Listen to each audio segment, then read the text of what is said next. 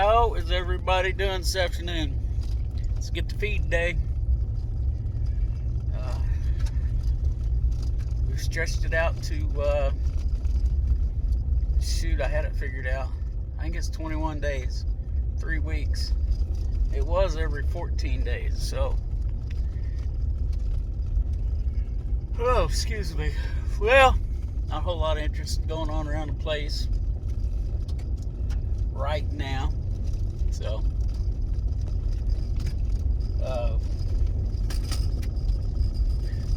my clipboard fell. So anyway, I guess our new Speaker of the House is trying. Okay, I bumped a button there and it shut me off. So, anyway,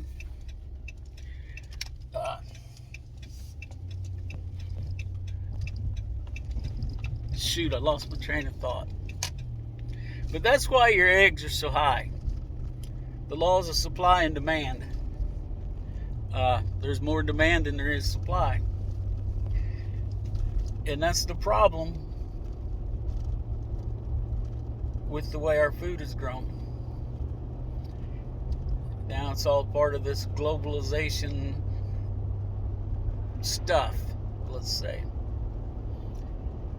And I watched a video today that was claiming that, and I wish I could remember the name of the channel, but I can't. It was a very well done video talking about globalization and the problems with it and the fact that it can't survive or should not be able to survive.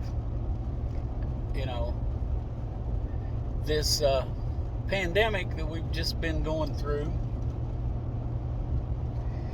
their claim was proved it. We've got too much stuff coming from too many different places. And, you know, it's just like the computer chips for new cars. They come out of China.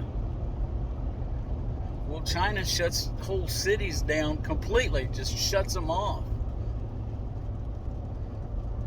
whenever they claim there's COVID there.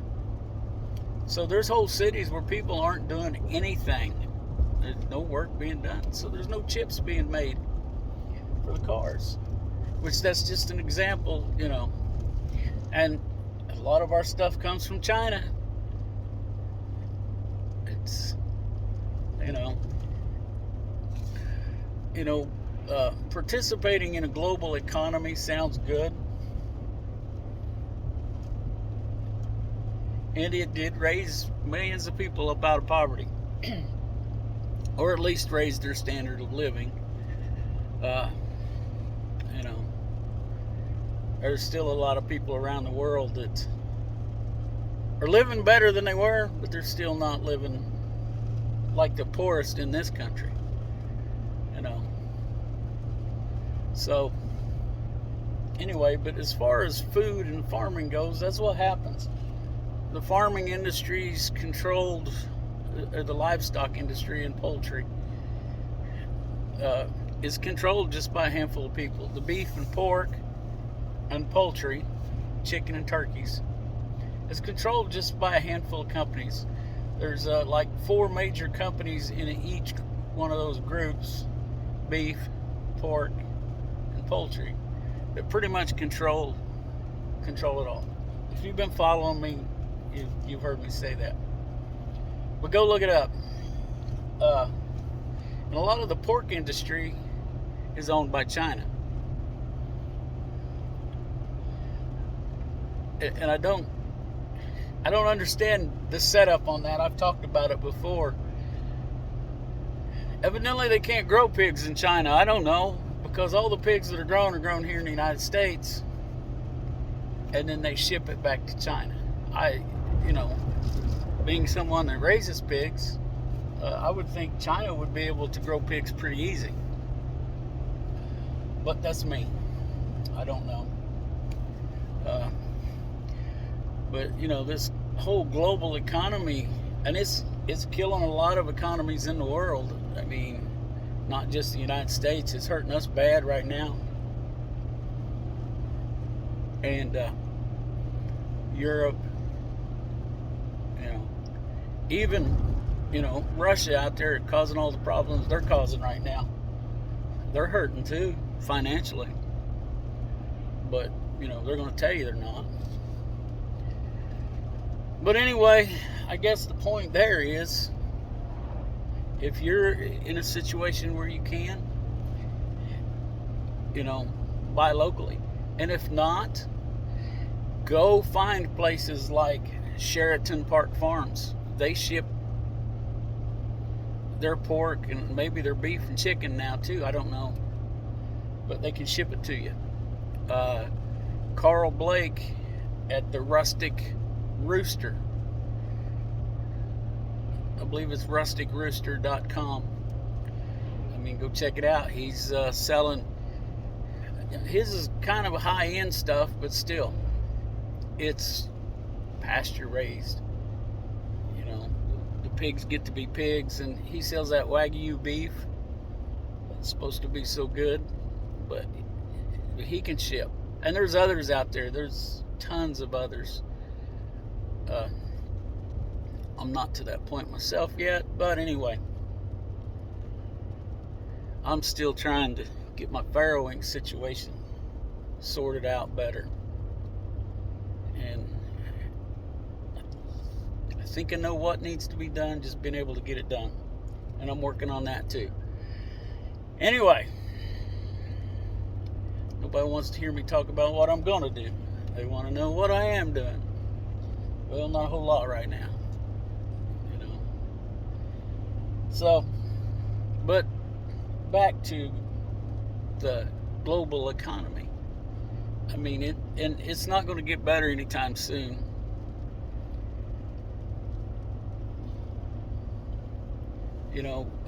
This video I watched, they said that the Japanese kind of figured it out because they're big into automotive, and they've decided that wherever they're going to sell whatever product it is, they're going to build it in that country. Hence all of the, Toyota manufacturing plants in the United States. Which, that's kind of a double-edged sword. That puts more money back into our economy, and unfortunately, our automotive manufacturers need to keep up.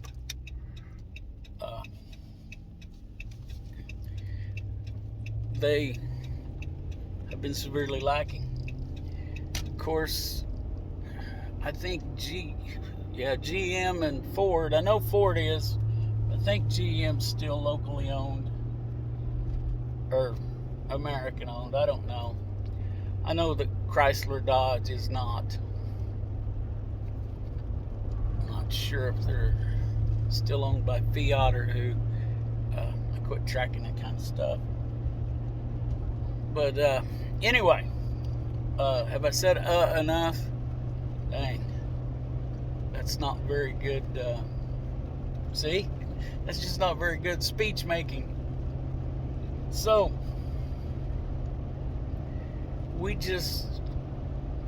need more manufacturing in this country, and you need to find somebody in the United States to buy your meat from. There's lots of people, and the shipping industry in this country could use it, even though they're kind of screwed up themselves. California just shot themselves in the foot with the truckers, the independent truckers. And that's something that you're seeing everywhere.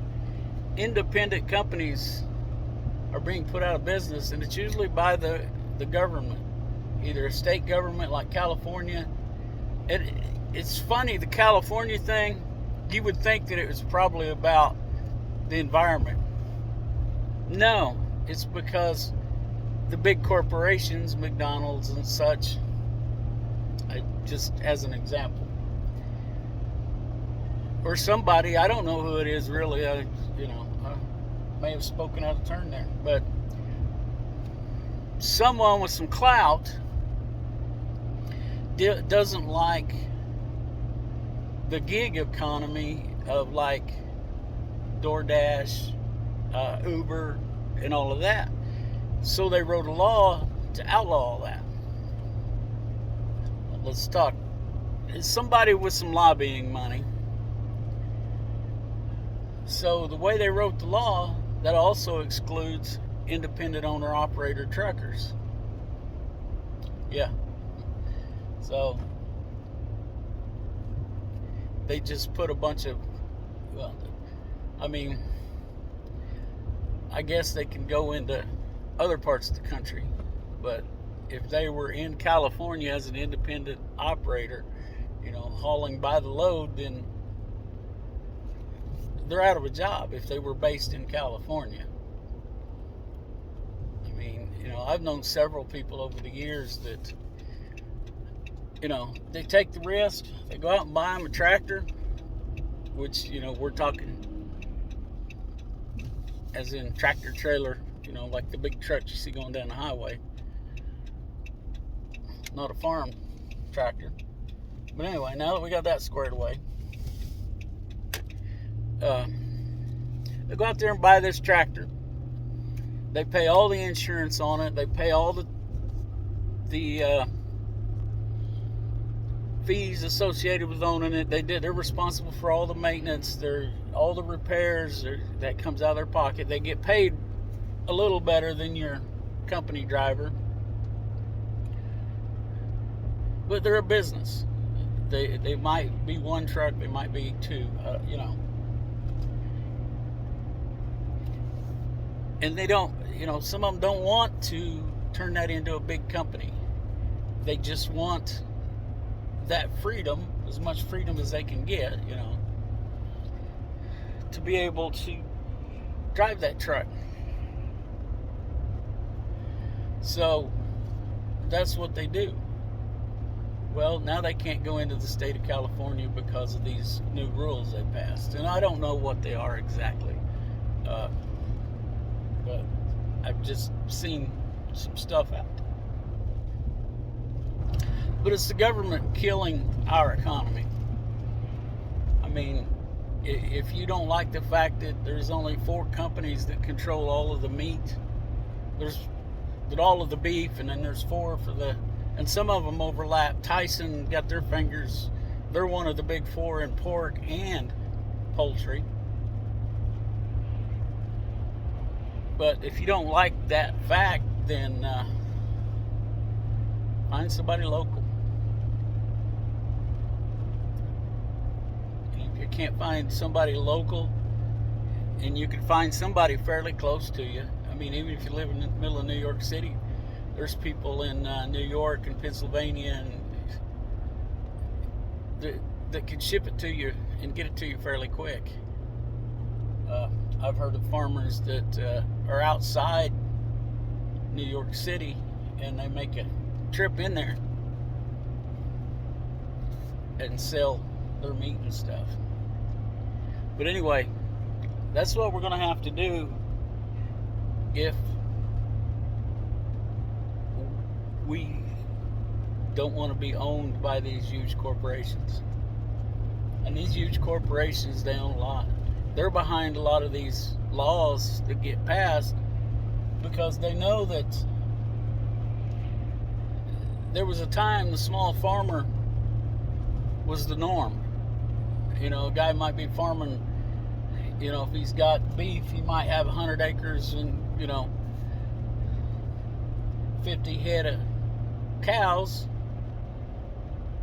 And, every year he turns these bull calves into steers, and when he feels the time's right, he'll take them in and sell them to the highest bidder.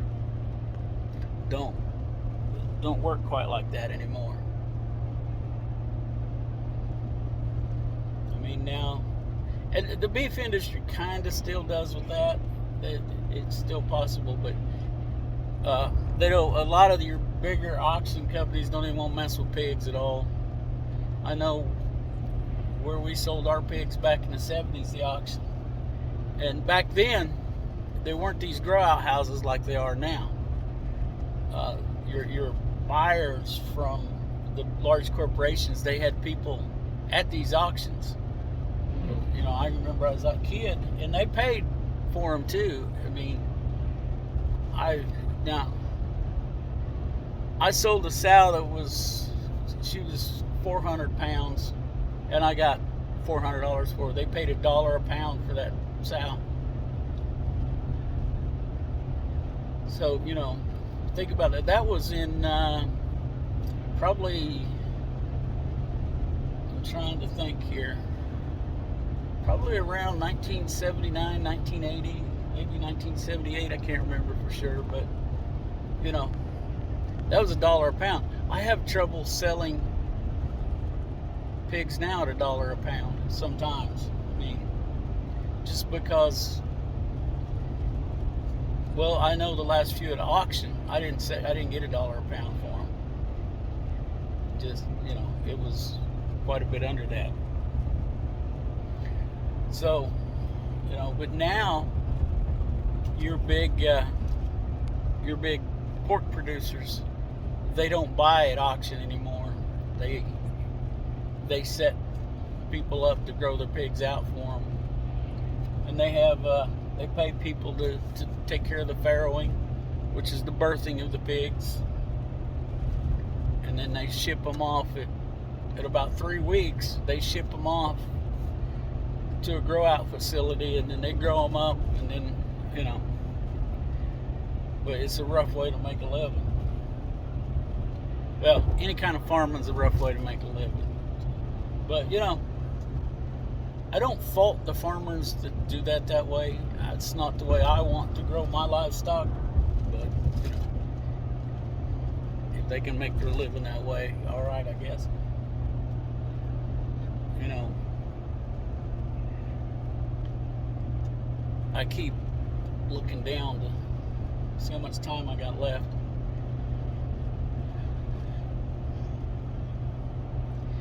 And I don't know, I think I got down a rabbit trail there. But bottom line is, globalization wasn't what we were told it was going to be. You know, I can remember in the 90s, I started working for Superior Industries. They made aluminum wheels, mostly for the original equipment market. Ford, Chevy. We sold wheels to everybody. And the global economy was marketed to us. Oh yeah, you want to compete in a global market, you know, sell our products. Yeah. Superior had like 5 plants in the United States when I was working for them, when I left working for them. And they had like 3 in Mexico, and they had 1 in Turkey, and I don't know where all they had them at, but anyway, in 2008 they shut every wheel plant in the United States down except for one in Van Nuys, which is where they were based at, and they made aftermarket wheels. And then I think the one in Heber Springs, Arkansas was still open because they made different car parts. They didn't make wheels. All of that work went to Mexico. They already had 2 or 3 plants down there, and they just shifted it all to Mexico. It's how your global economy works for you, folks. I wasn't employed at Superior when that happened, so, but that's what happened. And I've talked to people that were pretty high up in the local plant that I worked at in Pittsburgh, Kansas. But anyway, okay, I'm gonna stop this video. I'm here at the feed mill and gonna pick up my feed. Okay. I'm gonna have to give me a new videographer one of these days. This old one is old, and I don't know, people mind it sometimes. Anyway, just got my feed. Went up 3 cents a pound. This doesn't sound like a whole lot, but 3 cents times 2,000. I don't know, what's that, $20 a ton, $30 a ton, something like that. Or no, $60. No, it wasn't $60 a ton, I can tell you that for a fact, but I don't get exactly a ton. I mean, evidently they can't weigh out a ton exactly. I just made somebody mad. This road I'm on is 4-lane coming out of Girard, out here about a half a mile maybe, and then it drops down to a 2-lane. Well, the left-hand lane is the one that keeps going. The right-hand lane ends. So I turned my signal on and they sped up, but they didn't get up there quick enough. It wasn't even close. Here they come. They're gonna go by. You'll see them here in a second. Zoom, fly right on by. I'm doing 55. I think that's the speed limit on this little road. I don't know. It don't matter. I'm gonna drive where I think I need to drive. I'm not in any hurry. As a matter of fact, my appointment to get feed was 4 o'clock. I got there early. They got me loaded, and it's 4:02. So I like to be early to things. But anyway, I'm going to wrap this video up. That's what I get back on here to do, is just wrap this up real quick. So let's all look out for each other. Before I get completely gone, I might throw some pig video in. You know, it just depends if I think about it when I get home. So if you've gotten this far, you know, hang out a few more seconds to see if I added some pigs on. If you're interested in pigs, if not, well, okay, then you can wait until I get done right here. So I know I'm repeating myself. Let's look out for each other. Let's help each other when we can.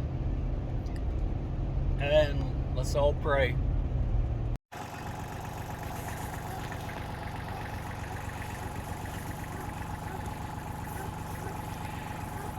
It's feeding time.